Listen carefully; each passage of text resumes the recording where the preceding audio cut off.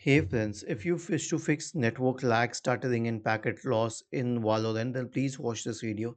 So before anything else, check your Valorant specifications. Do you have a sufficient graphics card? Do you have at least RTX 2050? If not, you will face this issue. After that, go to fast.com and check the internet speed. Is it good enough for the game? Because this is a totally internet based game. If it is not, then proceed to the next step.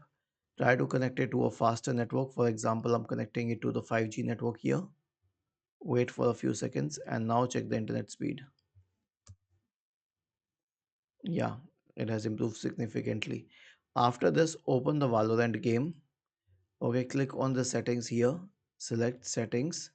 Now go to controls, video, sorry, and then you can scroll down a little and then you can see about limit fps on battery. Make sure that it is on.